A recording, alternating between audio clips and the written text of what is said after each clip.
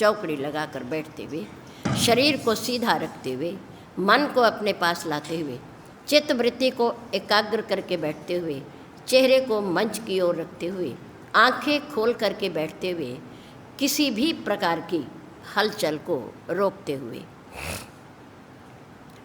समय का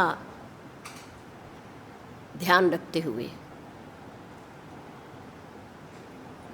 धर्म की चर्चा, जीवन सुधार की चर्चा, प्रभु की पवित्र पावनी चर्चा कहने और सुनने का प्रयास कीजिए। धन्यवाद। सभा के द्वारा रखे गए 7 दिन के समय में से आज दूसरा दिन है। मेरे से पूर्व हमारी बहन सुश्री सौम्या सरस्वती ने बड़े सुंदर भाव, गुरु निष्ठा, सद्गुरुदेव के प्रति विश्वास ही व्यक्ति को भाव से पार उतार देता है। परमात्मा कभी भी किसी के सामने आकर अपने गुणों का, अपनी महिमा का वर्णन नहीं करता, बखान नहीं करता। उसकी कथा, उसके चरित्र, उसकी लीला और उसके गुणों का वर्णन, महिमा का वर्णन कौन करते हैं? उनका ही प्रतिरूप संत महापुरुष करते हैं, भक्त लोग करते हैं। वो बताते हैं कि परमात्मा कैसा है, कितनी शक्ति है, क्या महिमा है उसकी। ये सारा कार्य परमात्मा ने महान पुरुषों के हाथों में दिया है।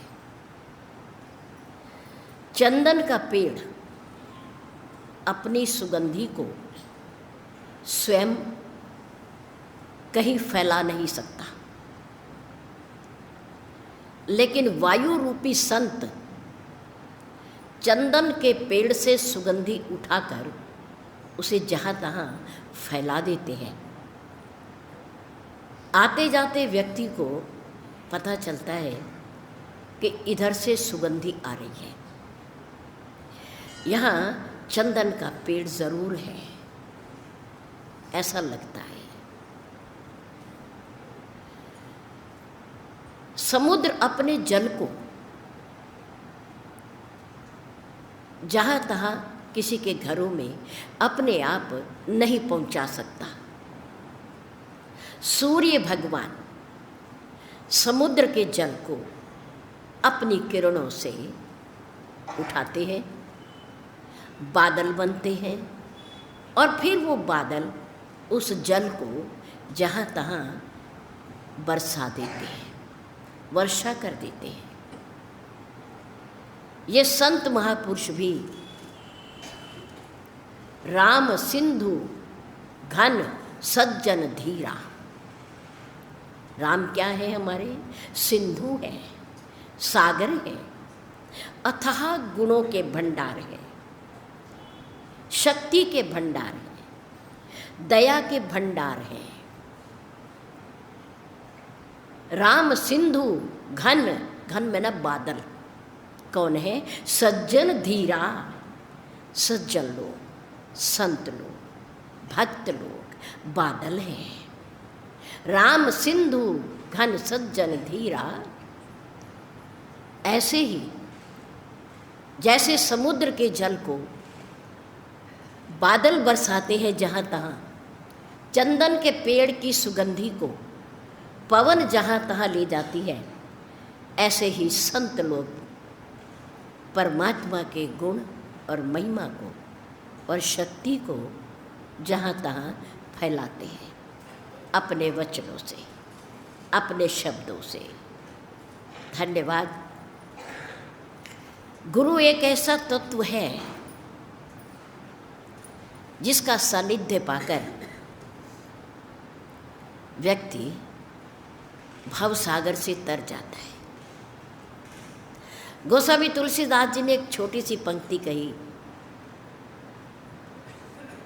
श्री उत्तरकांड में, श्री रामचरितमानस के, गुरु बिन भव निधि तरे न कोई दुनिया में, देव दानव मनुष्य, कोई भी, कोई का शब्द है, कोई भी,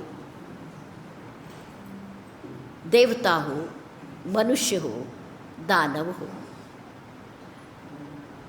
कोई भी गुरु का सानिध्य जिसको नहीं मिला,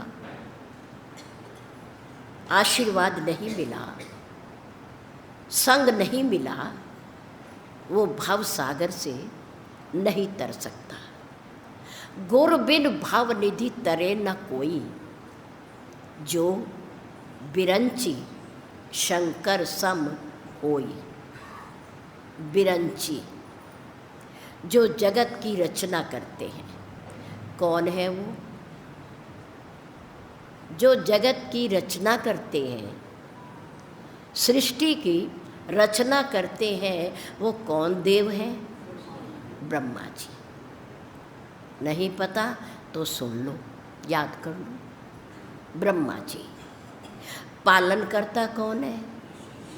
भगवान विष्णु जी नहीं, वो हमारे कोई छोटे भाई हैं क्या? महान है, देव है, ईश्वर है साक्षात। श्री विष्णु भगवान, श्री विष्णु भगवान, श्री ब्रह्मा जी, श्री ब्रह्मा जी सम्मान सूचक शब्द है। बिरंची शंकर सम होई। अगर कोई ज्ञान में, शक्ति में, वैराग में, गुणों में कोई श्री ब्रह्मा जी के समान भी है, या कोई भगवान शंकर जी के समान भी है, तो भी उन्होंने लिखा कि बिना गुरु का सानिध्य प्राप्त किए, बिना गुरु की कृपा के भाव सागर से पार नहीं हो सकता। जो बिरंच शंकर सम होई। सम मेरा बराबर। अगर इनके बराबर भी कोई है ना, तो भी उसे जीवन में एक मार्गदर्शक की आवश्यकता है। मार्गदर्शक की, रास्ता दिखाने वाला। और देव दानव मनुष्य, देवताओं के पास भी गुरु है। वो कौन है? कौन है वो? सद्गुरु बृहस्पति देव जी, देवताओं के गुरु हैं। और निशाचर, राक्षस, दुष्ट बुद्धि वाले, उनके पास भी गुरु है। उनके गुरुदेव कौन है? महर्षि शुक्राचार्य जी। महर्षि शुक्राचार्य जी। देवलोक में भी सद्गुरुदेव के रूप में एक महान पुरुष बैठे हैं, ऋषि बैठी है। और निशाचरों के पास भी, राक्षसों के पास भी ऐसा माना जाता है कि पाताल में निशाचरों का वास है। कब से? जब से वामन भगवान ने राजा बल की परीक्षा लेकर उसको सशरीर पाताल में भेज दिया। उन्होंने 3 पग धरती मांगी। 3 पग किससे? राजा बल से। किसने मांगी? भगवान वामन, वामन जी। जिसमें पहला कदम उन्होंने कहाँ से कहाँ रखा, नापा? 3 पग धरती में, 1 पग उन्होंने कहाँ से, नीचे से ऊपर देवलोक तक नापा, और दूसरे पग में पूरे ब्रह्मांड को, दुनिया को नाप लिया। अब बच गया 1 पग। 1 पग ऊपर से नीचे, नीचे से ऊपर देवलोक तक, 1 पग पूरा ब्रह्मांड, 1 पग शेष। भगवान ने कहा, बल अब तेरे पास कोई और चीज़ है? मैंने नीचे से ऊपर और पूरा ब्रह्मांड मैंने नाप लिया 2 कदमों में। अब मेरा तीसरा पग बचा है। अगर तुम्हारे पास कोई ऐसी अपनी कहने वाली कोई चीज़ हो तो मुझे बताओ, मैं अपनी नाप पूरी कर लूँ। अब राजा बल दानियों में शिरोमणि, जिसके द्वार से आजकल कोई याचक आज तक खाली नहीं गया, सोचने लगे क्या करूं, क्या दूं, कुछ बचा तो है ही नहीं। प्रभु ने कहा, अच्छा चलो कोई बात नहीं, रहने दो, नहीं है 2 ही सही, 2 ही सही, कह दो कि और मेरे पास कुछ नहीं है। राजा बल ने कहा, नहीं, अधूरी नाप तो नहीं दूंगा, नाप तो पूरी ही दूंगा, मुझे मौका दीजिए। थोड़ी देर विचार करने के बाद राजा बल ने प्रभु के आगे हाथ जोड़ करके प्रार्थना की, प्रभु बहुत अच्छा किया आपने कि 2 पग में आपने सब कुछ नाप लिया, अब कुछ और बचा तो है ही नहीं, पर ये सब आपको देने के बाद मेरे मन में ये भाव बना रहेगा कि मैंने दिया, मैंने दिया, और देखो मैं कितना भाग्यशाली हूँ कि मेरे सामने परमपिता परमात्मा सबका दाता याचना करने आया, मांगने आया है। ये भाव तो मेरा बना ही रहेगा। मैं आपसे प्रार्थना करता हूँ कि आप मेरे देने के पीछे इस अहंकार के भाव को, इस अहम के भाव को, इस मैं के भाव को प्रभु आप नाप लीजिए, तीसरे पग में नाप लीजिए। क्यों? क्योंकि मैं का दुनिया में बड़ा विस्तार है, बड़ा विस्तार है।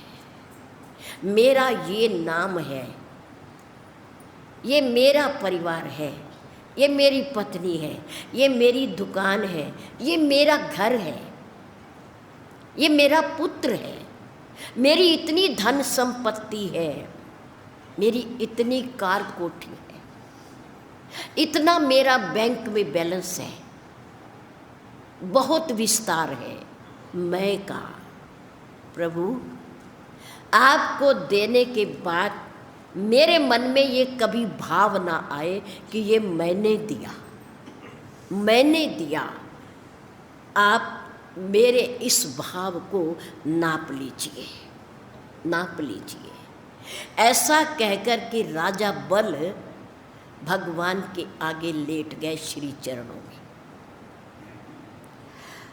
भगवान श्री ने अपने श्री चरण को राजा बल के ऊपर रखा, जहाँ ये भाव रहता है, और उसे नीचे पाताल में पहुंचा दिया और कहा, राजन, आज के बाद तुम लोग, तुम्हारी जाति के लोग पृथ्वी पर नहीं रहेंगे, तुम पाताल में रहोगे, पाताल में।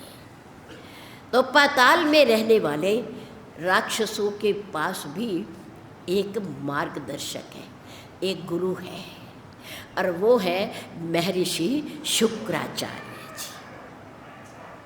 और हमारे और आपके पास, हमारे और आपके पास वो तो है ही और रहेंगे।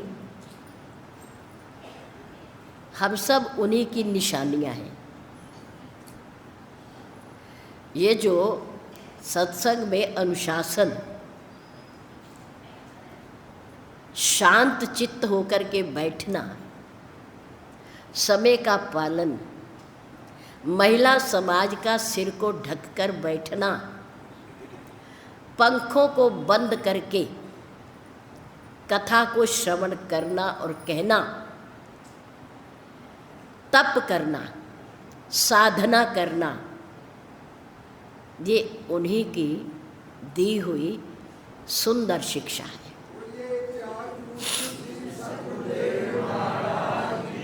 ये उन्हीं की तपस्या का फल है, वरना सत्संग बहुत देखे हैं और आप भी देखते होंगे, जहाँ जिसकी मर्जी आई वहीं बैठ गया। महिलाएं जिस प्रकार से बैठती हैं वो मेरी माँ जानती है, बहनें भी जानती हैं। बैठने का ढंग, उठने का ढंग, चलने का ढंग, सत्संग सुनने का ढंग और सुनने के बाद उसे अपने जीवन पर लागू करने का विचार, ये सब शिक्षा मेरे पूज्य गुरुदेव की है। हमने कल आपसे बताया ना कि ऐसा कोई मंदिर, धर्मशाला, बारात घर, सत्संग भवन नहीं जहाँ का निर्माण कार्य श्री महाराज जी ने न करवाया हो। क्यों? क्योंकि उनकी अपनी तो कोई जेब थी ही नहीं। अपने लिए तो कभी उन्होंने कभी कुछ चाहा ही नहीं, मांगा ही नहीं, और जो आया मंच पर वो वहीं की सभा को दे करके उठ गए। उन्हें पैसे से कोई मतलब नहीं। तपोमय जीवन, विरक्त जीवन, त्यागमय जीवन, विभूति, ऐसे हमारे श्री सद्गुरुदेव जी। गुरु बिन भवनिधि तरे न कोई, जो बिरंचि शंकर सम होई। कोई कितना भी ज्ञानवान हो, पर एक बात को ध्यान में रखें, जीवन में हमेशा सद्गुरुदेव एक होने चाहिए।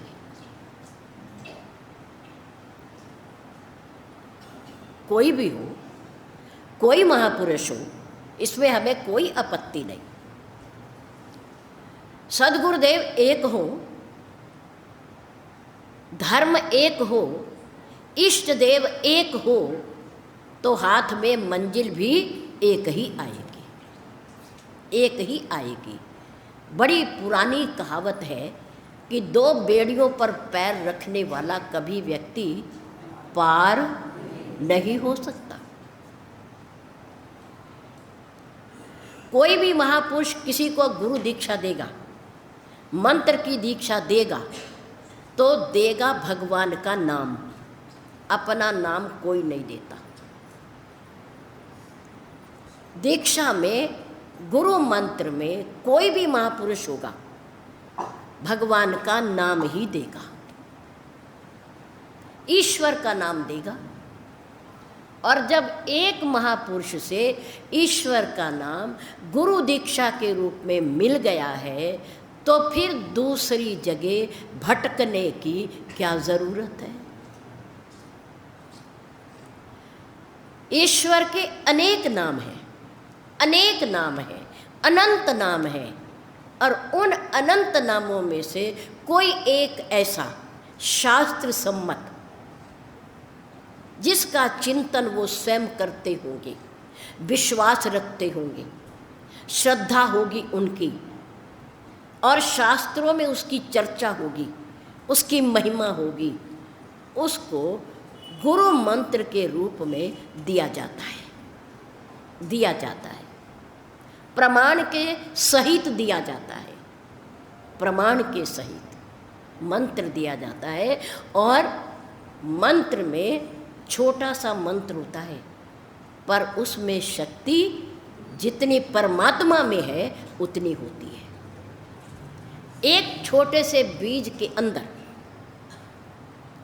पौधे की जड़ें, पौधे का तना, पौधे की शाखाएं, पौधे की पत्ती, फूल और फल, कितनी चीज़ें हैं किसमें? एक छोटे से नन्हे से बीज के अंदर कितनी शक्ति है, कितनी शक्ति है। बीज छोटा है, उसको धरती में बो देने पर जड़ निकलेगी, फिर तना होगा, फिर शाखाएं आएंगी, फिर पत्ती लगेंगी, फिर फूल और फल आएंगे। कितना भंडार भरा पड़ा है।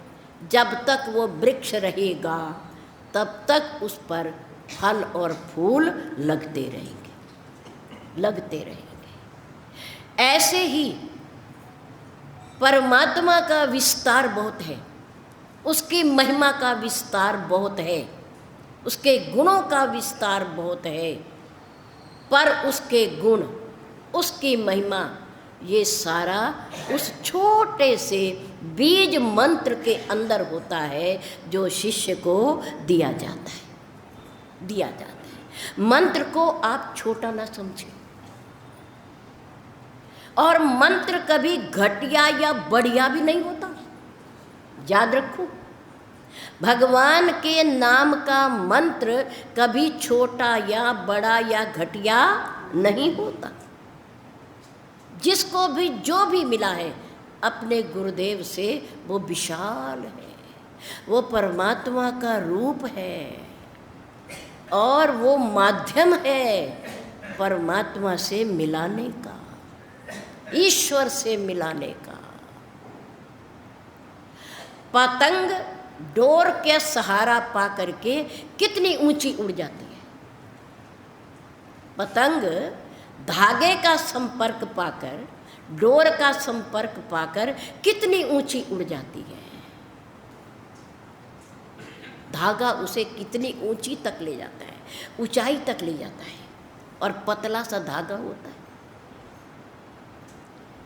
ऐसे ही परम पिता परमात्मा का जो नाम है, भले ही वो 5 अक्षर का हो, 1 अक्षर का हो, 12 अक्षर का हो, 16 अक्षर का हो, कितने भी अक्षर का हो, उसमें उतनी ही शक्ति है जितनी परमात्मा में शक्ति है, जितनी ईश्वर में शक्ति है, उतनी उसके अंदर है। भक्तों ने नाम के माध्यम से ही परमात्मा को प्राप्त किया है। मीरा ने भी नाम जपा है, धन्ना जट ने भी नाम जपा है, अजामिल में ने भी नाम जपा है, ध्रुव ने भी नाम जपा है, प्रहलाद ने भी नाम जपा है। नाम के माध्यम से ये एक कड़ी है परमात्मा से मिलाने की, जो हमें सद्गुरुदेव हमें सुपात्र समझ करके देते हैं, सुपात्र समझ करके। हमारी इसके प्रति विश्वास होना चाहिए, श्रद्धा होनी चाहिए। गुर बिन होई कि ज्ञान, ज्ञान की होई बैराग बिनु, गावहि वेद पुराण, सुख की लहे हरि भक्ति बिनु। कितनी सुंदर बात है कि गुर बिन होई कि ज्ञान, शास्त्रों को पढ़ लेने से, पंक्तियों को, शब्दों को पढ़ लेने से ज्ञान नहीं होता, सार का पता नहीं चलता। सद्गुरुदेव के श्री मुख से उन शब्दों के सार को, महत्व को सुन करके हमें ज्ञान होता है, ज्ञान होता है। क्यों? क्योंकि वो शब्दों की तह तक जाते हैं, वो महत्व को समझते हैं। शास्त्रों में एक पंक्ति दे दी, जैसे गुर बिन भावनिधि तरे न कोई, बड़ी आसान पंक्ति है। इसका अर्थ बहुत आसान है कि गुरुदेव के बिना कोई भी मनुष्य, देवता या दानव भव सागर से पार नहीं हो सकता। बड़ा आसान सा अर्थ है, लेकिन इसका विस्तार कितना है, शास्त्र भरे पड़े हैं। जितना मर्जी ले जाओ इसे लंबा, इसका विस्तार कर लो, प्रमाण दे दो, एकलव्य का प्रमाण दे दो, कर्ण का प्रमाण दे दो, पांडवों का प्रमाण दे दो, किसी का भी दे दो। कितनी छोटी सी पंक्ति और विस्तार उसका कितना, ये कौन बताता है? पूर्ण सद्गुरु देव बताते हैं। शास्त्रों में बहुत कुछ लिखा हुआ है, पर हमारी समझ में नहीं आता। क्यों? कि हमारी और आपकी बुद्धि अल्पज्ञ है, छोटी है, एक दायरे की है। लेकिन महान पुरुष, उनकी सोच, उनकी बुद्धि, उनका दिमाग बहुत ऊपर तक, आगे तक जाता है, वो समझते हैं। और भगवान उन पर कृपा भी करते हैं, कृपा भी करते हैं। तो गुरु बिन होई कि ज्ञान, ज्ञान की होई बैराग बिनु। दो बातें आ गई यहाँ, दो बातें। एक बात कि गुरु बिन होई कि ज्ञान, सद्गुरुदेव के बिना ज्ञान की प्राप्ति नहीं होती, झूठ और सत्य का पता नहीं चलता, कौन अपना कौन पराया इसका पता नहीं चलता। आने और जाने के बीच इस अंतराल में हमें क्या करना है, हमें पता नहीं चलता। कौन बताता है? सद्गुरुदेव बताते हैं, सही राह हमें दिखाते हैं, सद्मार्ग पर ले जाते हैं। और ज्ञान की होई बैराग बिनु, वो जो सद्गुरुदेव ज्ञान हमें देते हैं वो बिना बैराग के स्थिर नहीं होता। समझ लिए? गुरु बिन होई कि ज्ञान, सद्गुरुदेव के बिना ज्ञान की प्राप्ति नहीं होती। मानो हमने सद्गुरुदेव बना लिए, गुरु दीक्षा ले ली, उनके श्री चरणों में बैठकर शास्त्रों की विद्या प्राप्त कर ली, ज्ञान प्राप्त कर लिया, हो गया। पर अब वो ज्ञान हमारे मन में, हमारे हृदय में, हमारे दिमाग में स्थिर कैसे हो, वो परिपक्व कैसे हो, हमारी समझ में कैसे आए, इसके लिए वैराग्य की आवश्यकता है। इसके लिए वैराग्य की आवश्यकता है कि ज्ञान तो हो गया, सत्संग तो सुना, देवताओं का, उनकी महिमा, जप, तप, व्रत, दान, पुण्य, पाप क्या है, इसका ज्ञान तो हो गया। पर वो ज्ञान परिपक्व कैसे हो, स्थिर कैसे हो, उसके लिए गोस्वामी तुलसीदास जी ने बताया कि ज्ञान की होई बैराग बिनु। जब तक हमें विरक्ति भाव हमारे अंदर पैदा नहीं होता, बैराग नहीं होता, तब तक हमारा वो ज्ञान स्थिर नहीं हो सकता। गोस्वामी तुलसीदास जी ने कहा मेरी बात कोई माने ना माने, प्रमाण तो देना पड़ेगा, साक्षी तो देनी पड़ेगी, क्योंकि दुनिया के लोग बहुत चतुर हैं। नीचे की पंक्ति में उन्होंने प्रमाण दिया, गावही वेद पुराण। वेद और पुराण भी इसका गायन करते हैं कि सद्गुरु के बिना ज्ञान नहीं होता, वैराग के बिना ज्ञान परिपक्व नहीं होता। इस बात की चर्चा वेद और पुराण भी बताते हैं। सुख की लहे हरि भक्ति बिनु, ज्ञान हो गया, वैराग हो गया, अब क्या रह गया? ज्ञान का व्यक्ति को अभिमान हो जाता है। ज्ञान होने के बाद व्यक्ति को अभिमान का डर रहता है, अहंकार का डर रहता है। मुझे इतनी जानकारी है, मैंने इतने शास्त्र पढ़ लिए, मैंने इतनी कथा सुन ली, मैंने इतना भजन कर लिया, मैंने इतना दान कर दिया। अभिमान हो जाता है। ज्ञान होने के बाद व्यक्ति को अभिमान हो जाता है, और जिसको अभिमान हो जाता है उसका ज्ञान भी स्थिर नहीं रह पाता, टिकता नहीं, परिपक्व नहीं होता। अहंकार एक दीमक है, अभिमान एक दीमक है जो व्यक्ति के सारे गुणों को चाट जाती है। जैसे दीमक पहले कहते थे लकड़ी पे लगती है, लोहे पे नहीं लगती, आजकल लोहे पे भी लग जाती है, सीमेंट पे भी लग जाती है, छोड़ती नहीं दीमक, घर बना लेती है अपने, और होती छोटी सी कीड़े की तरह होती है, दिखाई भी नहीं देती कई बार, और घरों को, दीवारों को खोखला कर देती है, दरवाजों में अंदर ही अंदर छेद करती रहती है।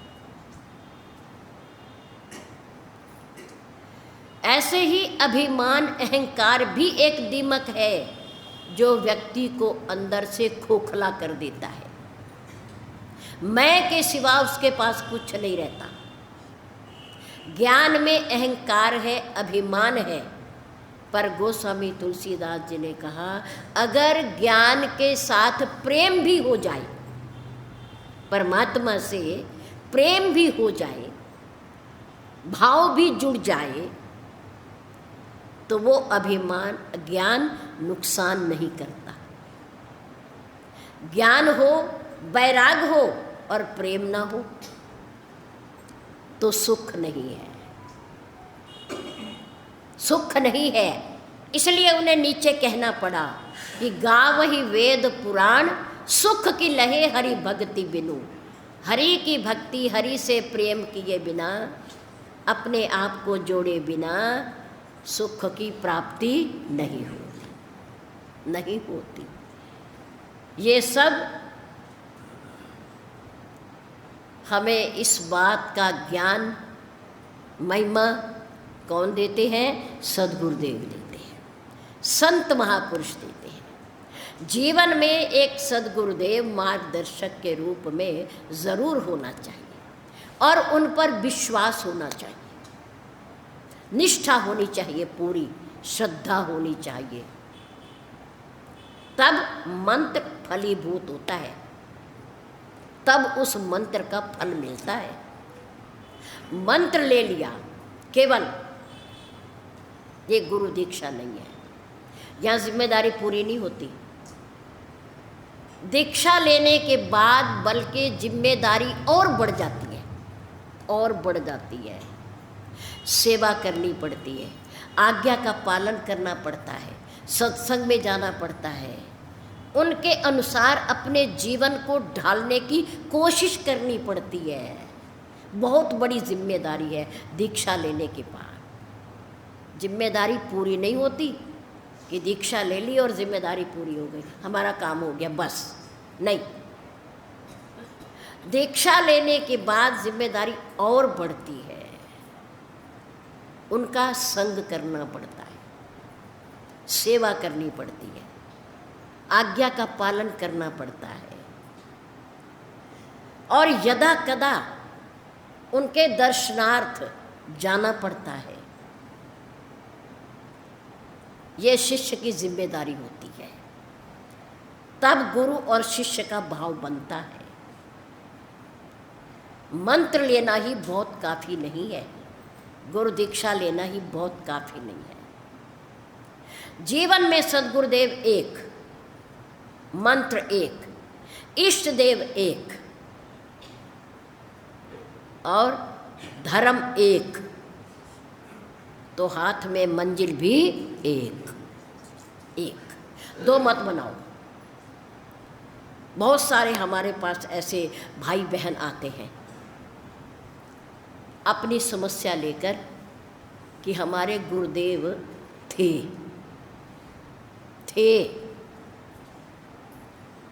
गुरुदेव कहीं जाते नहीं हैं। क्यों? क्योंकि गुरुदेव का ज्ञान ही गुरुदेव होता है। सद्गुरुदेव के द्वारा दिया गया ज्ञान ही क्या होता है? सद्गुरुदेव होता है। वही हमें रास्ता दिखाता है। इसलिए ये ना कहिए कि गुरुदेव थे, गुरुदेव अब भी हैं और हमारे साथ साथ हैं। अब वो समस्या क्या होती है कि अब उनके स्थान पर कोई ऐसा है तो नहीं, आप ही हमें गुरु दीक्षा दे दीजिए। हम कहते हैं कि देखो, आपने किसी महापुरुष को सद्गुरुदेव के रूप में स्वीकार किया, आपने दीक्षा ली। हाँ, दीक्षा ली। अब दीक्षा ली, दीक्षा में उन्होंने आपको क्या दिया? भगवद नाम दिया। अगर आप हमारे से गुरु दीक्षा लोगे तो हम भी आपको क्या देंगे? क्या देंगे? हमारे पास कोई स्पेशल चीज़ तो है नहीं। भगवद नाम, हमने भी भगवद नाम ही देना है। तो नाम तो आप उसी को लीजिए, उसी का चिंतन कीजिए, उसी का सिमरन कीजिए। हाँ, ये है आपकी श्रद्धा हो, आपका विश्वास हो, आपके मन को शांति मिलती हो तो आप यहाँ आते रहिए। आप यहाँ आते रहिए, आपका स्वागत है, आपका सम्मान है, आपको प्रेम मिलेगा। कोई बात नहीं, पर नाम आप उसी को जपेंगे जो आपको आपके गुरुदेव ने दिया है। वो भी ईश्वर का नाम है, परमात्मा का नाम है। भाई रास्ते तो कई हो सकते हैं ना, है? कईयों के पास साइकिल है, कईयों के पास साइकिल भी नहीं है, कईयों के पास स्कूटर है, कईयों के पास गाड़ी है, और कईयों के पास इनमें से कुछ भी नहीं। वो भी यात्रा कर रहे हैं, वो भी जा रहे हैं, पर मंजिल तो एक ही है ना। मंजिल तो एक ही है हम सबकी। कोई बात नहीं, अनंत नामों में से कोई एक नाम अगर आपके पास है तो आप उसी को जपते रहिए और उसी नाम के माध्यम से ईश्वर का ध्यान अपने हृदय में करते रहिए, जिस पर आपका विश्वास है। विश्वास है। इसलिए सद्गुरुदेव एक, मंत्र एक, धर्म एक, इष्ट देव एक। पूजो सबको, प्रणाम सबको करो, पर आस्था और विश्वास अपना एक पर रखो। इष्ट देव एक, धर्म एक, रास्ता मिल जाएगा, मंजिल पे पहुंच जाएंगे। दो बेड़ियों पर पैर रखकर हम कहीं के नहीं रहेंगे। रास्ता प्राप्त करना है, मंजिल पे जाना है तो एक दो नहीं, परमात्मा भी एक ही है, दो नहीं है। एक ओंकार, ईश्वर एक है, वो ही निर्गुण निराकार है और वो ही सगुण साकार है। दोनों रूप उसके हैं। हम सब के अंदर भी वही परमात्मा है, उसी की ज्योति है, उसी का प्रकाश है, वो ही जगमगा रहा है, दूसरा नहीं है कोई। भाषा अलग हो सकती है पर परमात्मा अलग नहीं हो सकता। हम इंग्लिश में एक शब्द बोलते हैं गॉड, क्या अर्थ है इसका? हम हिंदी में बच्चों को बताएंगे तो इसका अर्थ क्या है? ईश्वर, परमात्मा, यही तो बताएंगे। भाषा अलग हो सकती है। वाहेगुरु जी, वाहेगुरु जी क्या अर्थ है इसका? परमात्मा, ईश्वर। धन निरंकार, धन निरंकार कौन है? निरंकार, बिना आकार के, जिसका कोई आकार नहीं है, वो कौन है? वो परमात्मा है, वो ईश्वर है। सच्चिदानंद परमात्मा, सत चित आनंद कौन है? परमात्मा है, ईश्वर है। भिन्न भिन्न नामों से पुकारे जाने वाला परमात्मा, पर है वो एक। नाम उसके भिन्न भिन्न है, अलग अलग है, पर वो हस्ती एक है, एक ही है, दो नहीं है। हम दो हो सकते हैं पर परमात्मा दो नहीं हो सकते, वो एक ही रहेंगे। इसलिए अपने इस मानव जीवन को सफल बनाने के लिए ईश्वर के नाम का, परमात्मा के नाम का, जिसकी सत्ता इस पूरी दुनिया में है, उसका चिंतन करते रहना चाहिए। इसलिए गुरु दीक्षा ली जाती है। हमारे संत कबीर दास जी कितने बड़े ज्ञानी महापुरुष हुए, जिन्होंने मुर्दों को जिंदा किया। मस्ती में अपनी गृहस्थी में रहकर सुंदर तरीके से परिवार का लालन पालन भी किया और भगवान की भक्ति भी की, चिंतन भी किया। उनके कोई गुरु नहीं थे। नीरू नाम के जुलाहे ने उनका लालन पालन किया था। इसलिए किसी संत ने उन्हें स्वीकार नहीं किया, गुरु मंत्र नहीं दिया। लेकिन उस समय संत कबीर दास जी के समय के जाने माने परम संत, परम हस्ती श्री रामानंद जी पहुंचे हुए संत। अब उनके मन में, भले ही मैं ज्ञानी हूँ, शक्ति है मेरे पास, परमात्मा की भक्ति हो रही है, सब कुछ हो रहा है, लेकिन गुरु नहीं है मेरे जीवन में, सद्गुरुदेव नहीं है, और उसके बिना भाव से पार नहीं हो सकता मैं। भले मुझे स्वतः ज्ञान है, मैं भक्ति कर रहा हूँ, मैं अपने कर्तव्य का पालन कर रहा हूँ, मैं ईमानदारी से कमाई कर रहा हूँ, सब कुछ ठीक है, लेकिन मेरे जीवन में गुरुदेव नहीं है।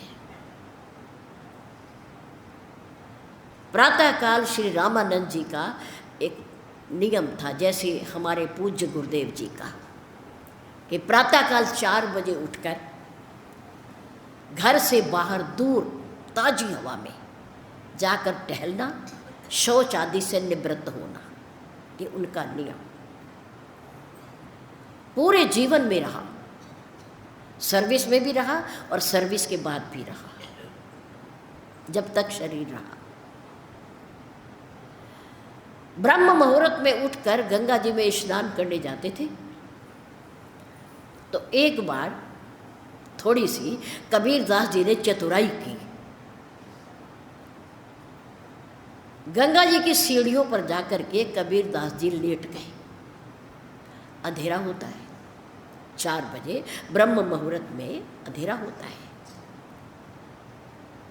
श्री रामानंद जी अपनी मस्ती में जा रहे थे, सीढ़ियाँ उतर रहे गंगा जी में जाने के लिए, स्नान के लिए, और उनका एक पैर, दायां पैर कबीरदास जी के शरीर को स्पर्श कर गया और डर गए, वो भयभीत हो गए और उनके मुख से निकला राम राम राम राम। ये कौन है, ये कौन है, कौन हो तुम? बस कबीरदास जी उठ करके खड़े हो गए, चरणों में प्रणाम किया और कहा, बस गुरुदेव मेरा काम हो गया, मेरा काम हो गया। मैंने मन से तो आज तक आपको गुरु मान ही रखा था, लेकिन आज साक्षात आपके श्रीमुख से जो मंत्र निकला वो मैंने स्वीकार कर लिया। मेरा आज से ये गुरु मंत्र हो गया जो आपने उच्चारित किया। बोल सतगुरुदेव महाराज की जय। कबीरदास जी ने कहा, मैं धन्य हो गया। आपने अपनी इच्छा से नहीं दिया, पर परमात्मा की इच्छा से आपके श्रीमुख से निकला और मैंने स्वीकार कर लिया। आज से ये मेरा गुरु मंत्र है, मैं गुरु वाला हो गया। अब मेरे जीवन में और कोई कमी नहीं है, कोई कमी नहीं है। तो महान पुरुष मंत्र का जाप करते हैं और वही मंत्र दीक्षा के रूप में हमें भी देते हैं। इसमें बहुत बड़ी शक्ति होती है। कभी उदासीनता ना बरता करो कि उसको मंत्र कौन सा मिला है, मुझे कौन सा मिला है, ये तो बहुत पुराना मंत्र है, इसमें कौन सा नयापन है, ये बहुत बड़ा है, ये बहुत छोटा है, ऐसा कभी नहीं कहना चाहिए। सांप के एक छोटे से बच्चे के अंदर भी उतनी ही जहर होती है जितने बहुत बड़े सांप में होती है। अग्नि की छोटी सी चिंगारी में उतनी ही दाहकता होती है जितनी बहुत बड़ी अग्नि में होती है। इसलिए अपने पास जो है वो बहुत बड़ी चीज़ है, बहुत बड़ा प्रताप है उसका। हमारी श्रद्धा होनी चाहिए, हमारा विश्वास होना चाहिए उस पर, तब हमें उसका लाभ हो सकता है। इस मंत्र को वाणी से, मूक रहकर, माला से, बिना माला हर समय जपने का अभ्यास होना चाहिए। वो मंत्र हमारे मुख से निकलते रहना चाहिए। जैसे श्री रामानंद जी के मुख से अचानक पैर का स्पर्श होते ही अचानक निकल गया कि राम राम राम। अरे ये कौन है, कैसे निकला? क्योंकि उन्हें इस नाम का अभ्यास था, अभ्यास था। हमें भी जिस चीज़ का अभ्यास होगा हमारे मुख से वही निकलेगा। इसलिए नाम सिमरण का अभ्यास होना चाहिए। हमारे शरीर में जितने अंग हैं, कान है, आँख है, नाक है, हाथ पैर है, इन सब का कोई ना कोई आभूषण है। उंगलियों का आभूषण है अंगूठी, कानों का आभूषण है कुंडल, और बाह का आभूषण है कंगन, पैरों का आभूषण है मातृशक्ति का पायल,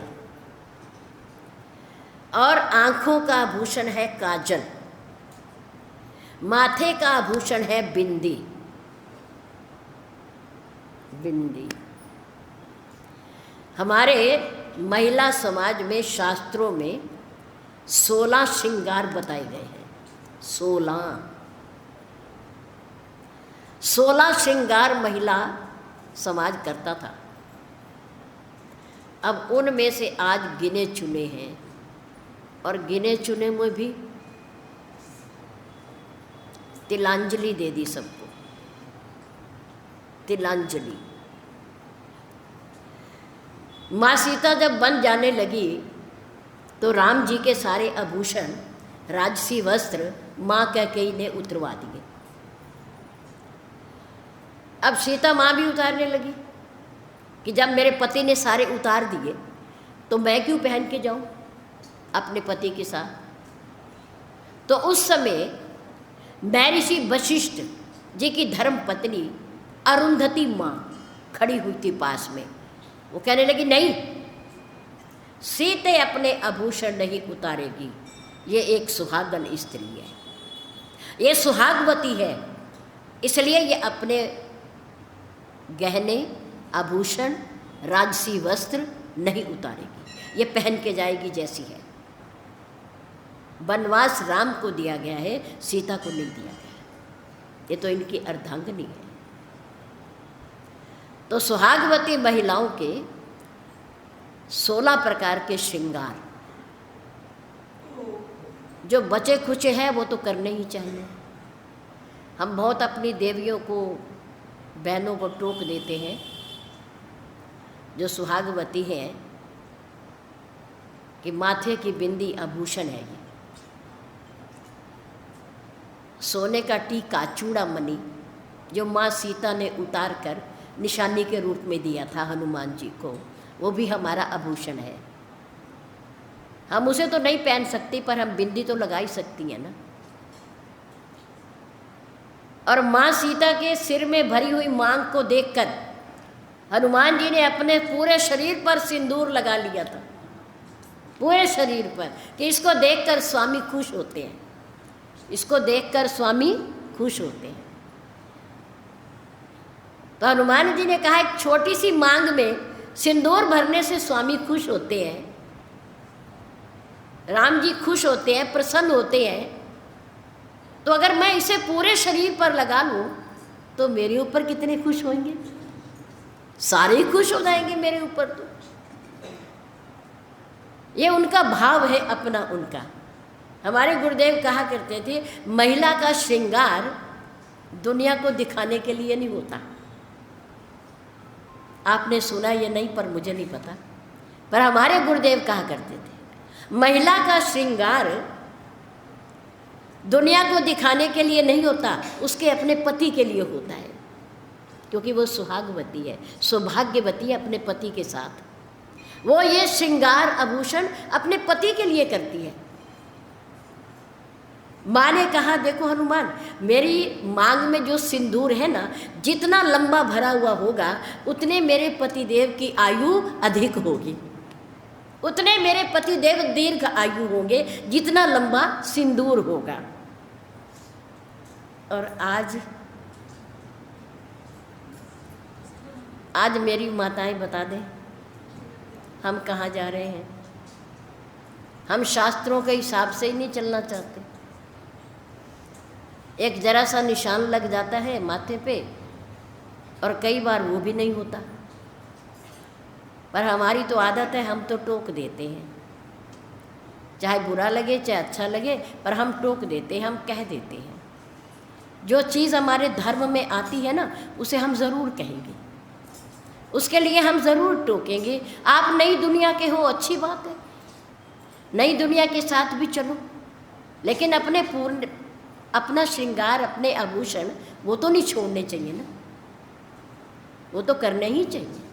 और नए ना करो पर पुरानों को भी ना छोड़ो, उन्हें भी ना छोड़ो, उन्हें करते रहो अपने पति देव की दीर्घ आयु के लिए, उन्हें खुश करने के लिए, और घर में शांति बनी रहे इसके लिए भगवान से प्रार्थना कीजिए। माँ सीता ने भी की, राधा जी ने भी किए, मीरा ने भी किए, सब ने किए। अपने पति को, परम पिता पति है, ये भी पति है अपने। सारे अंग का अलग अलग आभूषण है, लेकिन हमारे शरीर में एक अंग ऐसा है, जीवा, वाणी, जिसका कोई आभूषण और आज तक बना ही नहीं, बना ही नहीं आज तक।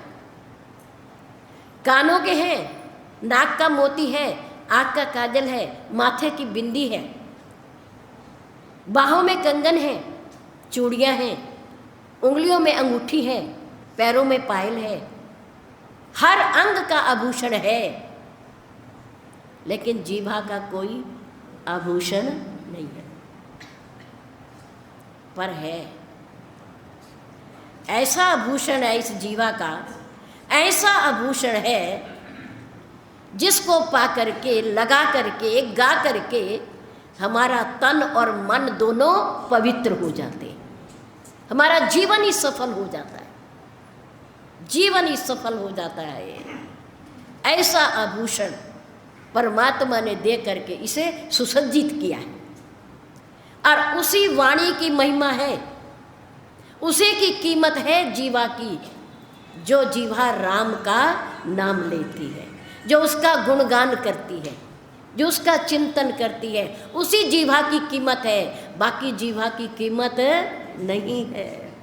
गोस्वामी तुलसीदास जी ने लिखा, जे नहीं करही राम गुण गाना, जी सुदादुर जी ही समाना। अगर मनुष्य की जीवा होकर के राम का चिंतन नहीं करती, उसका नाम नहीं लेती, तो वो जीवा मनुष्य की जीवा नहीं है। वो क्या है? वो मेंढक की जीवा के समान है, जो बेकार बोलती है, जिसके बोलने का कोई अर्थ ही नहीं है। इसलिए जीवा से परमात्मा का नाम लेना चाहिए, ईश्वर का चिंतन करना चाहिए। ये उसका आभूषण है, ये गहना है, जीवा का गहना है ये। इसलिए सद्गुरुदेव की शरण में, उनके सानिध्य में, उनका संग, उनकी सेवा आदि करने से ये सारी बातें ज्ञान भक्ति की हमें प्राप्त हो जाती हैं। धन्यवाद के पात्र हो आप सब कि आप सब संतों से जुड़े हुए हो। धन्यवाद।